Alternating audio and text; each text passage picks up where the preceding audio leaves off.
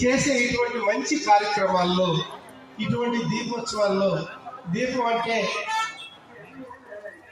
ఒక వెలుగని మనం అనుకుంటాం. దీపం అంటేనే ఒక ఐశ్వర్యం, దీపం అంటేనే ఒక సాంప్రదాయం. అదే దీపం అంటే ఒక గురువు, అదే దీపం అంటే మనం ఏ రూపంలో కలుస్తామో అటువంటి దేవుణ్ణి కూడా ఆ దీపం రూపంలో చూసుకునే సాంప్రదాయం ఉంది. అటువంటి దీపోత్సవం మీ అందరూ కలిసికట్టుగా చేయటం అనేది చాలా సంతోషాన్ని కలిగిస్తూ ఉంది.